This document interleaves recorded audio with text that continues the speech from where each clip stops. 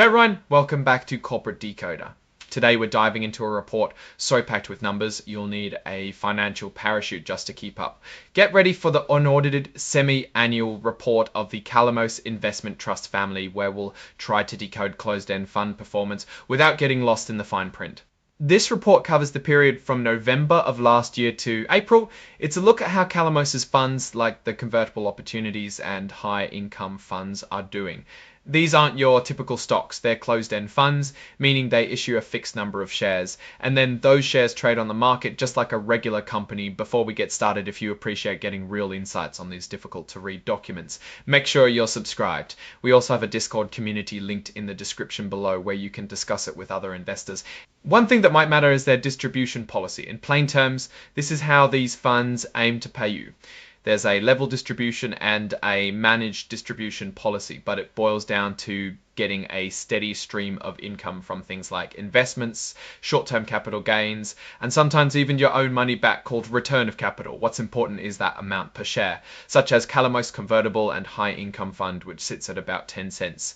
First up, let's hit the high notes in the statements of assets and liabilities. The big picture is where the fund stands financially. For the Calamos Convertible Opportunities and Income Fund, we observe the classic investment in securities at value stands 1 billion.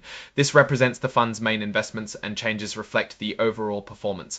Then when you go a bit lower, we can see total assets clocking in at 1.16 billion. It signifies everything the fund owns. What does it all mean to you overall? It's the fund's financial foundation and overall health. Next, under liabilities, look at notes payable.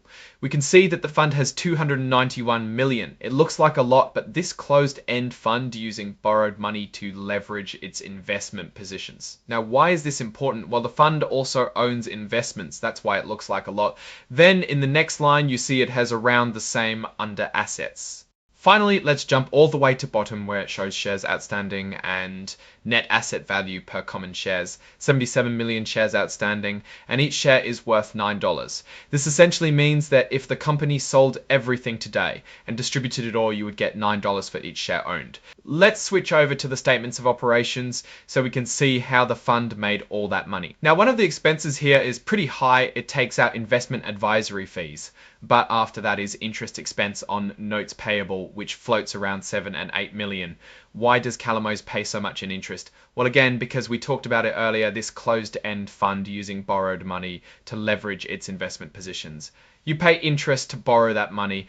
Now let's take a look at the realized and unrealized gains. The phrase net realized gain loss from investments, excluding purchased options, shows the difference in selling and buying prices. Looking at other lines, we can see purchased options are separate. Change in net unrealized basically means how much the value has increased, decreased. But Warren Buffett always said don't check at what people says, just watch what they do.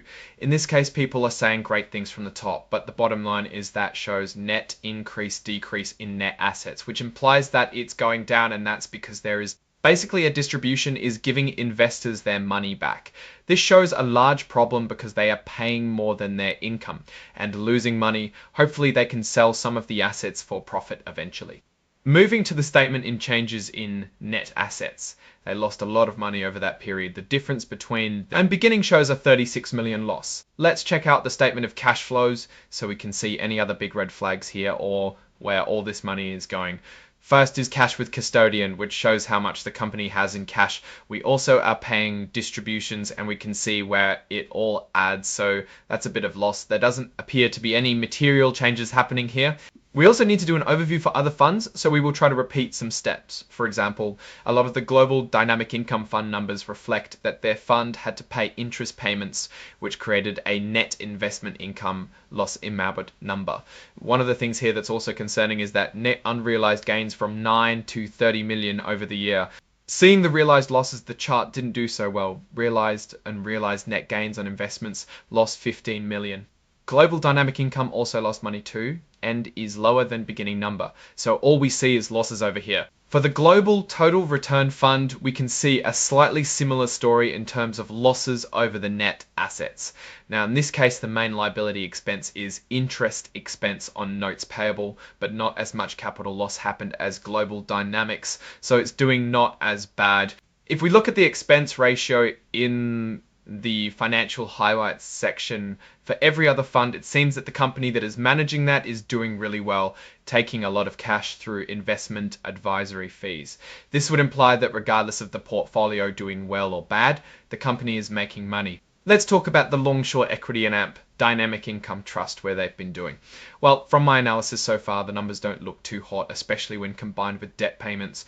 The long-short equity and dynamic income fund are doing better in turns, but still not great. It seems they were breaking even, but just paying back the investors for distribution purposes. However, their net revenue and assets are still positive. It's not as bad. From another point of view, their financial position stayed pretty much the same, but this may be due to the fact that they may be long-short rather just doing shorting. Like the others, we can also check what they have on the side in terms of cash. What should be known that during the long-short section, they also did write put, which these are usually done as a safety precaution to the equity exposure. Looking at these numbers, the global total return fund seems as though there's a slow bleed out that can't keep up with distributions to investors. The long-short equity dynamic income is the best of the worst and not much better. The fact of the matter is that the managed distributions aren't aligned with the investments, which can be a reason for concern. Since this is a closed-end fund, the information in the report may not be as useful as if it was just any regular equity or treasury. We want to take a look at the trends over time. These are returns based on EV, which assumes reinvestments of dividends distribution. Net expenses may be a bit high due to what I mentioned before. Also, we can see information about the leverage usage for their debt preferred shares. The major problem to these financials, in my opinion, is the debt expenses through interest expense and offering costs on mandatory redeemable preferred shares. This is an option that the company chose to utilize the capital that they have. This might not have worked out, but this could also be a great investment if the underlying assets rose in equity. Alright, that's our breakdown of the Calamos Investment Trust Family's semi-annual filing. What's your take on these numbers, the strategy, and what they signal for closed-end fund investing? Drop your thoughts in the comments. If this analysis was valuable, hitting that like button really helps, and subscribe for more deep dives. Don't forget to check out the Discord in the description. Thanks for watching. See you next time.